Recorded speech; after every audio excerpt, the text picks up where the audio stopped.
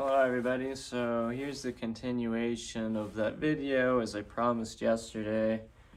I had a bit of a wacky morning. I think the weather put me down a little longer, and when I woke up it was just a torrential downpour and very, very violent winds, which for mild winters in this day and age,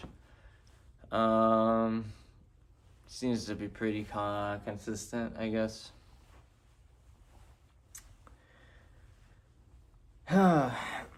So, as said, I'm moving, and I've definitely expressed distaste for where I live, and can tell you a treasure trove of just horrible experiences that I've had, just happening to honestly exist here at certain points in time.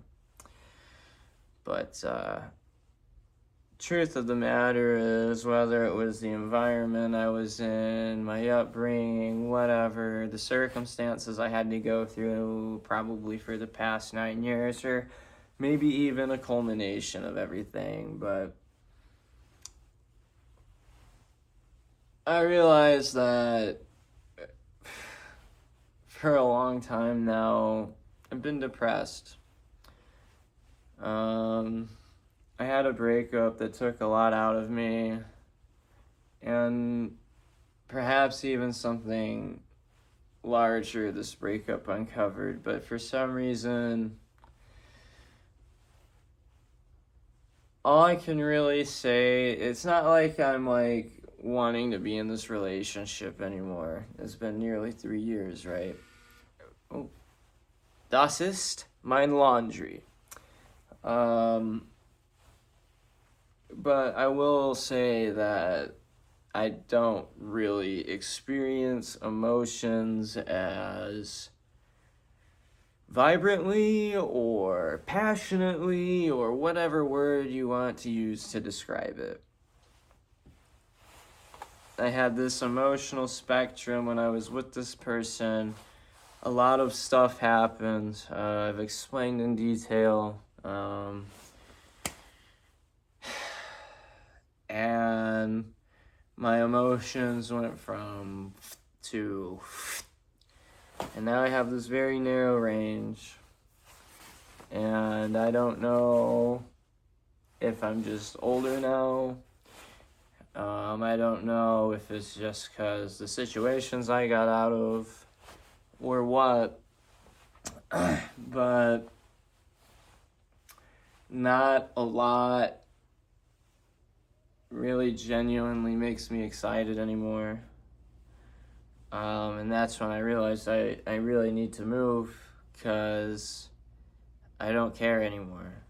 And that's a really frightening place to be. It's not really a question of if I'm gonna do harm to myself. No. I just get really destructive, just really self-destructive. Like, I destroy my own life when I get to that point. I've done it time and time and time again. I'm a self-saboteur. Let's just put it like that. And, people think you're purposely doing this to relieve yourself of these burdens that you don't want. But they aren't burdens to you, because you want these relationships or things in your life, but you won't let yourself do it. And, there was one point in my life already that I knew if I wanted to have a higher quality of life, I had to make a very terrifying jump. And I did. And it's funny that that journey probably kick-started this life, this chapter of my life. And it started in this very basement. And here I am wrapping this chapter up in this very basement. I came in the same way I came out. I fell in love 2 more times. Fell deeply in love the second time, and then tried a third time and it didn't work out. And I just realized, like, maybe there's something wrong with me, you know. And I realized my whole life, for one reason or another, I lived my life for other people for a long time. So maybe that's why, like, when I got into connections, like, I was quick to be like, whoa, hold up. But regardless, you know, unfortunately, I was raised to be a people pleaser when I was young. And it took a long time to unlearn stuff like that. About a decade of my life, which I'll probably just make a video on that.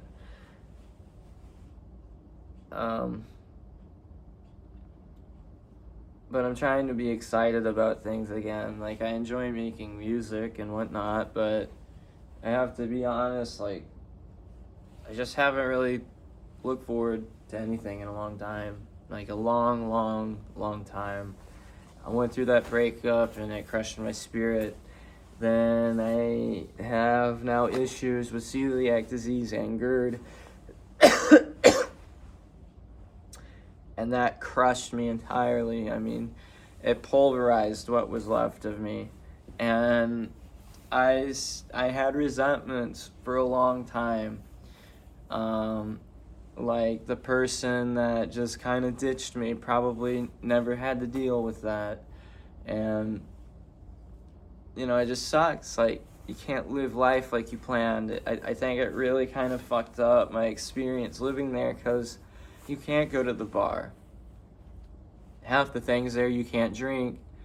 And if the thing you can drink is on draft, you better pray that there's not fucking splash off from a beer spout. And that's the thing too, is like, that's another thing that just completely changed with me, is I don't like alcohol anymore. I don't see myself drinking much again in my life. I have my fun with it and I have my time, but it's just not for me anymore. It's not a fun sensation to me anymore. I don't like being around drunk people. It makes me a very aggressive person when I have to deal with them. I don't think it's fun to subject people being obnoxious and maybe having the capacity emotionally of a 4-year-old.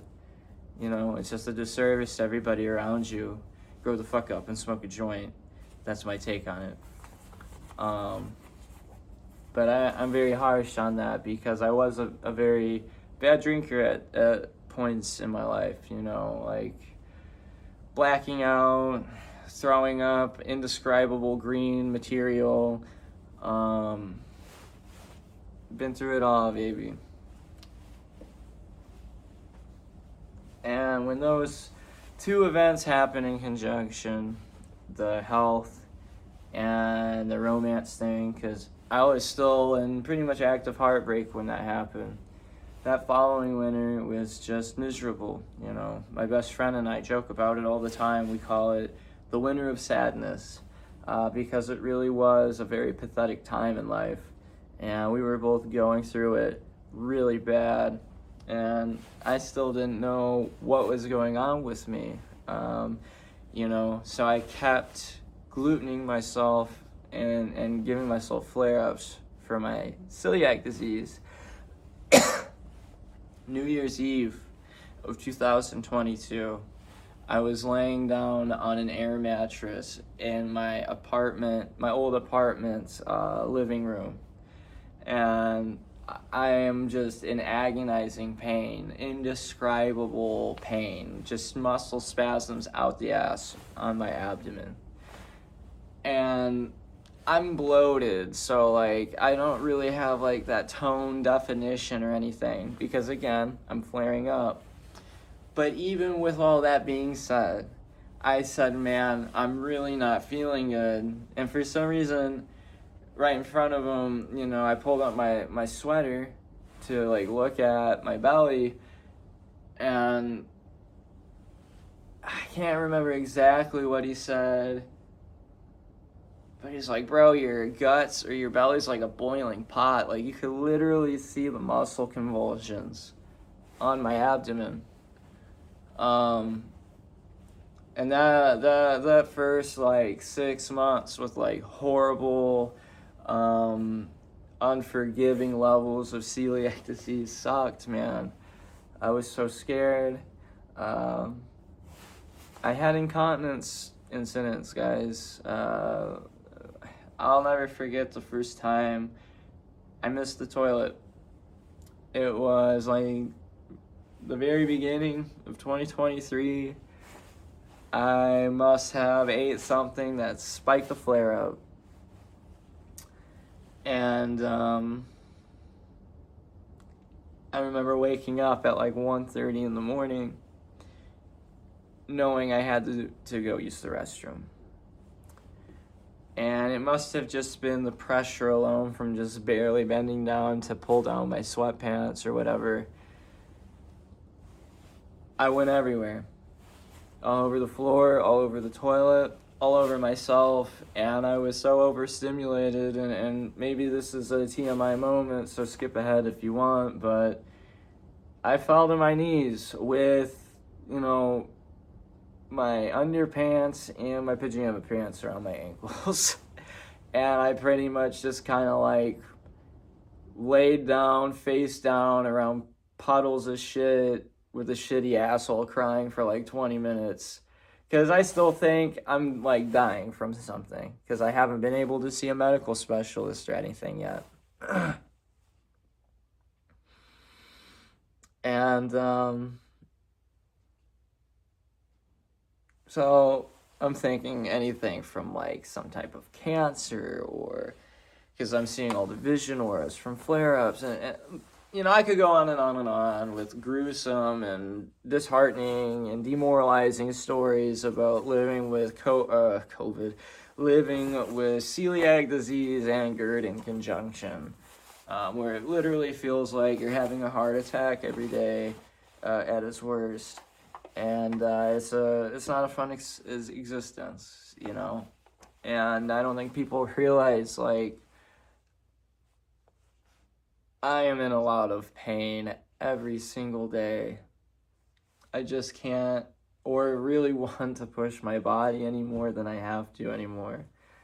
I'll probably never lift weights again. My GERD is so bad that it just hurts. It hurts to do certain exercises, and it literally feels like my heart's going to explode.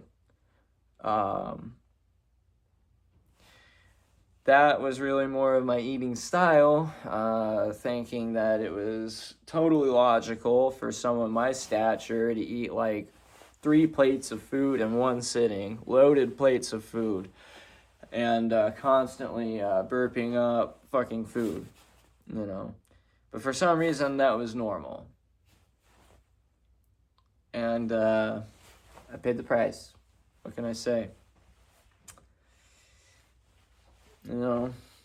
Some people like to call me like a moron and stuff. Yeah, you might be right. But that's my life to worry about. So, you just worry about yourself and keep yourself young and spry. And I'll do the same.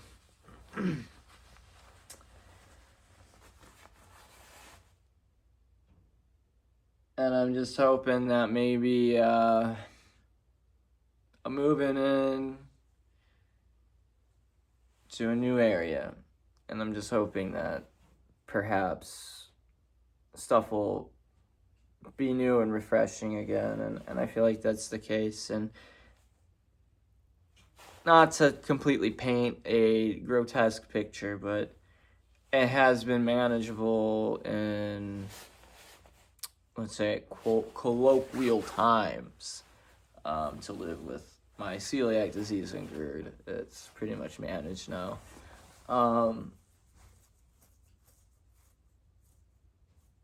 But I still deal with physical symptoms on a daily basis.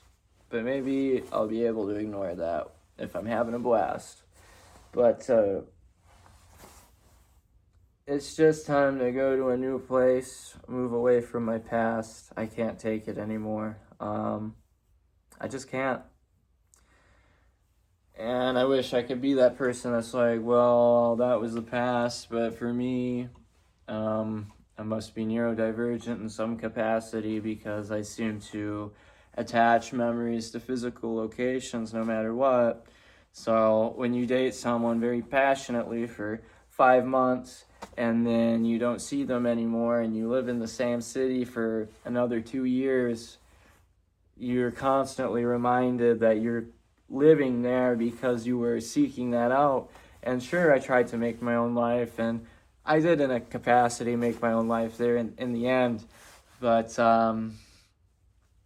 I can't really recall my time there being fun at all.